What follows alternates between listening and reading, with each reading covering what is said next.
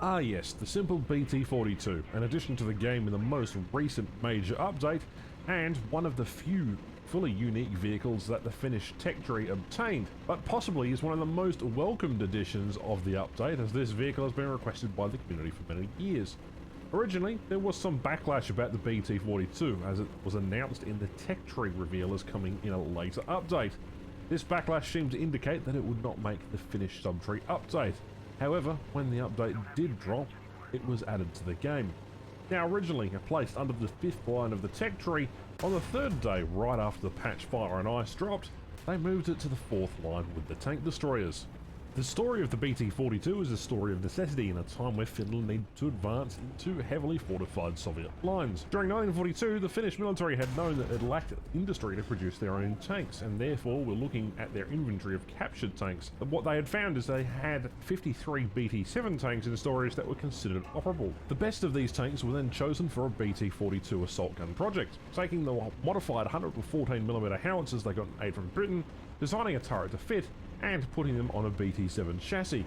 There were 18 of these tanks produced, and they were classified as assault tanks, mainly used in destroying Soviet bunkers and other fortified positions. To this day, there is only one surviving BT-42, PS551-18, and it now resides at the Parola Armour Museum.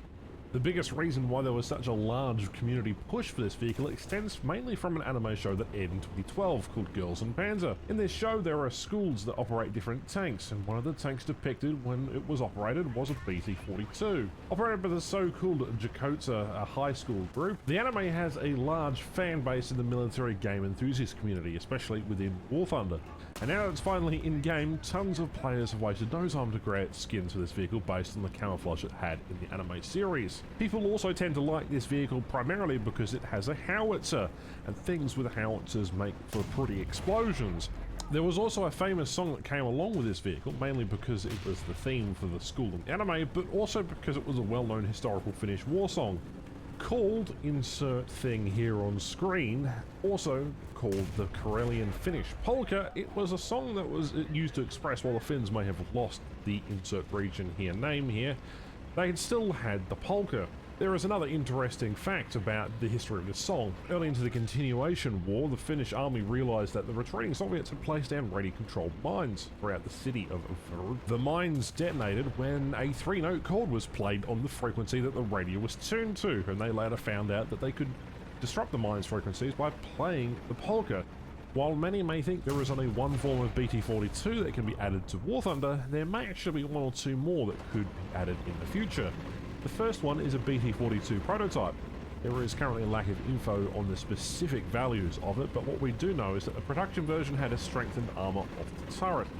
And there is also a possible hero vehicle that could be added as an event premium, that being Holström's BT-42, the vehicle PS511-7, during the Battle of Viborg, at the time at Viribi. In 1944, Finnish BT-42s found themselves having to defend the city from much larger vehicles of that of the Soviet army. When the battle had entered urban areas, it was decided to convert the vehicles to run on wheels with the chain drive instead of the tracks. And during the battle, 2nd Armour Lieutenant Stig Holström, while commanding his BT-42, managed to score 18 hits on a KV series tank while being severely outnumbered. Despite the many hits, none penetrated. So far, from what we can see, the BT-42 was implemented with care. The model is very well constructed, and the statistics of the vehicle are overall accurate. The only problem right now is the ammunition. The heat shell is correct, but the HE shell should be split into two different shells. That being one we have already in the game, the AKR-32/41, and another one called the RKR-V, which had tracer filler added to the round. The tank is also missing its smoke projectile. The Sakharov 26-33 was filled with white phosphorus, and bug reports on these shells will be filed when we can collect the adequate source material. But given the overall condition of this tank, it's a welcome one and enjoyed by many players and implemented extremely well. So, what do you think of the BT-42? Do you like its introduction in War Thunder, and are you having fun with it? Let me know in the comments down below. Otherwise, thank you very much for watching, and a huge thanks to everyone who has purchased something with the decal link.